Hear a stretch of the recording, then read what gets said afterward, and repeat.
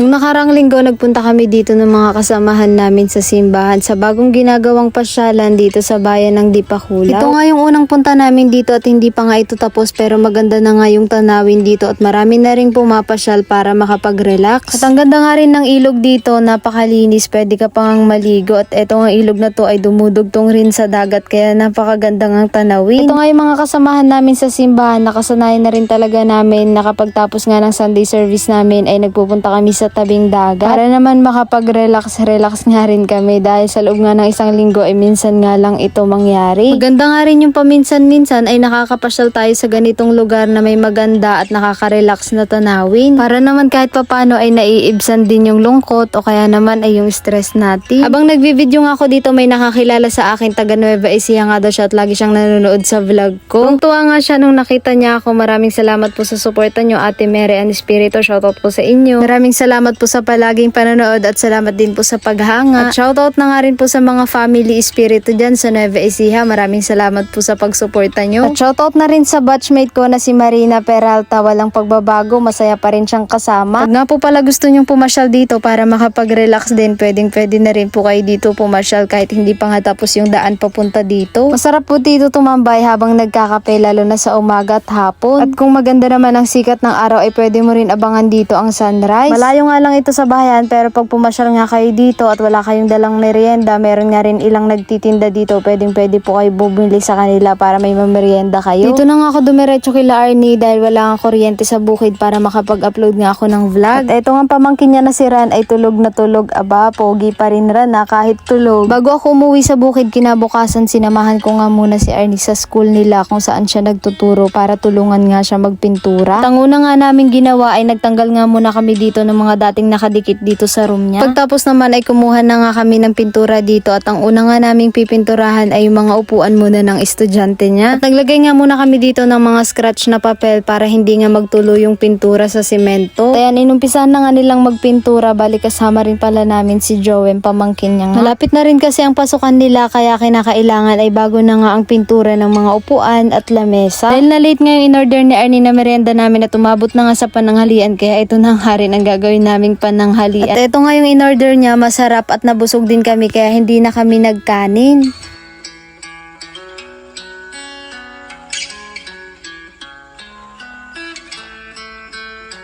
Pagtapos namin kumain, ito naman ang sinunod naming pinturahan, itong lamesa ng mga estudyante. Sunod naman naming pipinturahan itong loob ng room kaya naglagay na nga rin ako dito sa gilid ng papel. Para kung sakali nga na may tumulong pintura ay hindi nga malalagyan ang semento sa baba. Bago kami nagumpisa magpintura dito sa room, kinuhanan ko nga ng video at eto nga yung kuha, medyo madumi at maraming ang sulat-sulat yung pader. Dahil nga sa mga inalis naming nakadikit kaya nagtuklapan na rin yung ibang pintura at pangit na nga din tignan. Pero mamaya ay babawi nga tayo at pipinturahan nga natin ulit ito ng panibago.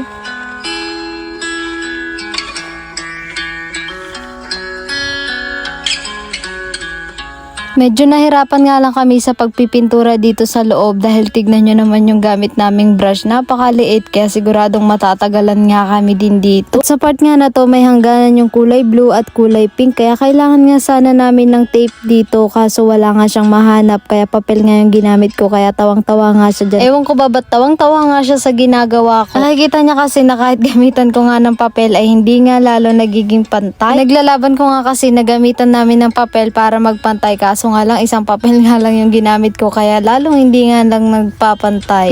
Kailangan na rin talaga ito pinturahan kasi tignan nyo naman napakaraming sulat at ang dumi nga tignan.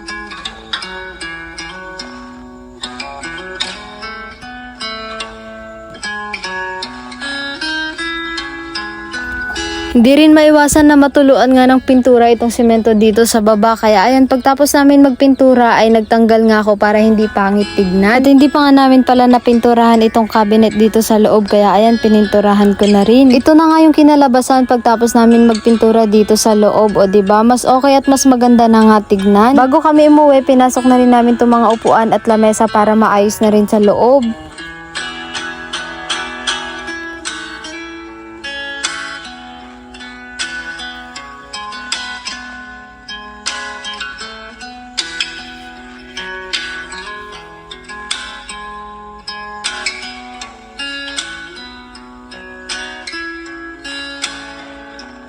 ito, sa wakas natapos din kami. Ang gagawin niya na lang sa mga susunod ay magde-design na lang siya dito sa loob ng room para mas gumanda. Tapos noon ay umuwi na nga ako dito sa bukid at pinakain ko nga yung mga alaga ko. Pinakain ko nga rin itong si Moon at si Paula. At tignan nyo naman si Paula, malaki na nga. Halos nalalakihan niya na nga rin si Moon. Tubo na nga rin itong mga pinunla kong pechay at mustasa dito. Ang bilis lang, ilang araw lang ay tubo na agad. Nagluto na nga rin ako ng para sa hapunan ko. Medyo madilim nga lang dito dahil nga wala tayong kuryente nung gabi na to. Buti na lang kahit papano ay meron akong mga solar dito. Tara po, kain tayo. Dito ko na lang rin po muna tatapusin ang video. Maraming salamat po sa lahat ng tumapos at nag-share. Ingat po kayo lagi.